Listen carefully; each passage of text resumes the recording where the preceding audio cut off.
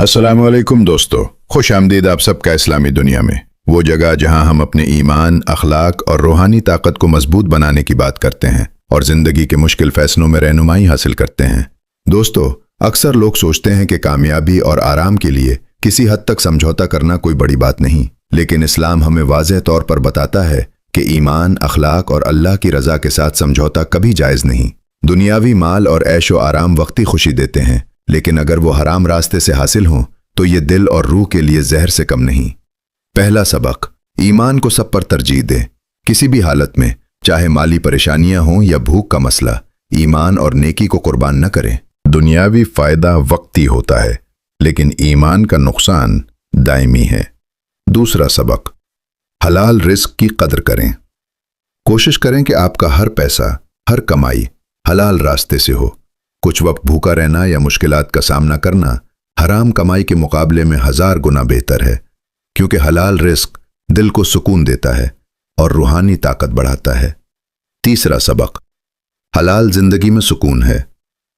ایماندار انسان کو دنیا میں بھی سکون ملتا ہے، چاہے وہ کم کمائے، کیونکہ دل کو مطمئن رکھنا اور اللہ کی رضا حاصل کرنا ہر دنیاوی دولت سے بہتر ہے۔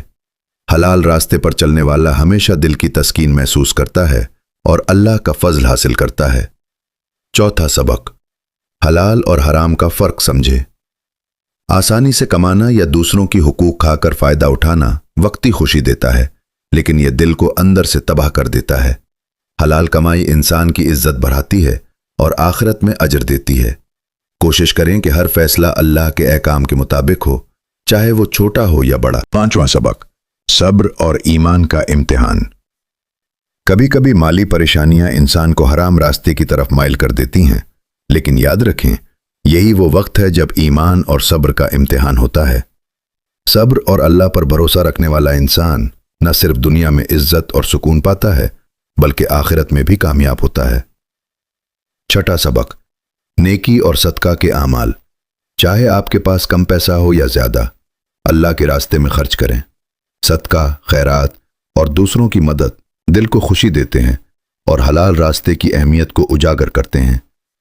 یہ چھوٹے اعمال آپ کے ایمان کو مضبوط کرتے ہیں اور دنیا و آخرت میں برکت پیدا کرتے ہیں۔ ساتواں سبق، ایمان کی حفاظت سب سے بڑی دولت ہے۔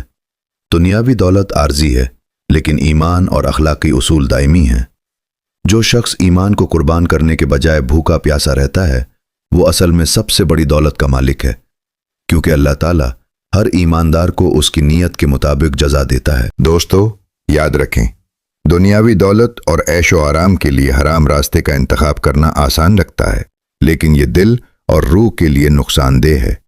حلال رزق، صبر، ایمان اور نیکی کی بنیاد پر زندگی گزارنا نہ صرف دل کو سکون دیتا ہے، بلکہ آخرت میں بھی کامیابی عطا کرتا ہے۔ اب میں آپ سے ایک سوال کرنا چاہتا ہوں، کیا آپ نے کبھی کسی ایسے موقع پر سوچا کہ آسان راستے پر چل کر کچھ کمائے جائیں لیکن وہ حرام ہو؟ اور کیا آپ نے اپنا ایمان قربان کرنے سے گریز کیا؟ نیچے کمنٹ میں ضرور لکھیں۔ آپ کے خیال میں ایمان اور حلال رزق کے درمیان سب سے اہم سبق کیا ہے؟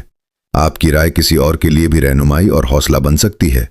اگر آپ چاہتے ہیں کہ ہم اسی طرح کے روحانی اور عملی موضوعات پر بات کرتے رہیں جو ایمان، اخلاق اور زندگی میں سکون پیدا کریں، تو ابھی اسلامی دنیا کو سبسکرائب کریں، ویڈیو کو لائک کریں اور اپنے دوستوں اور رشتہ داروں کے ساتھ شیئر کریں، کیونکہ شاید آپ کا ایک شیئر کسی کے دل میں ایمان اور حلال زندگی کی ترغیب پیدا کرے۔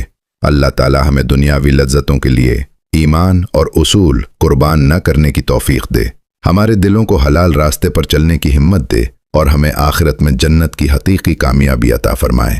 آمین۔